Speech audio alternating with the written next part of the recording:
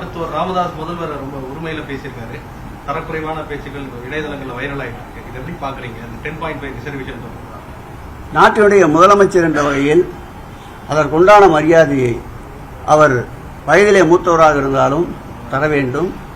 எப்பொழுதுமே திராவிட முன்னேற்ற கழகம் சந்திக்காத ஏச்சுக்கள் பேச்சுக்கள் அல்ல. 100 வயதை கடந்த கலைஞரை கூட ஒரு சில சமயங்களில் விமர்சிக்கின்றார்கள். இப்படி விமர்சிப்பவர்களை எடையை சீர்தூக்கி பார்த்தால் அவர்கள் தொடர்ந்து தமிழக மக்களால் புறக்கணிக்கப்படுபவர்களாக இருப்பார்கள். தொடர்ந்து வெற்றி வாய்ப்பை இழப்பவர்களாக இருப்பார்கள்.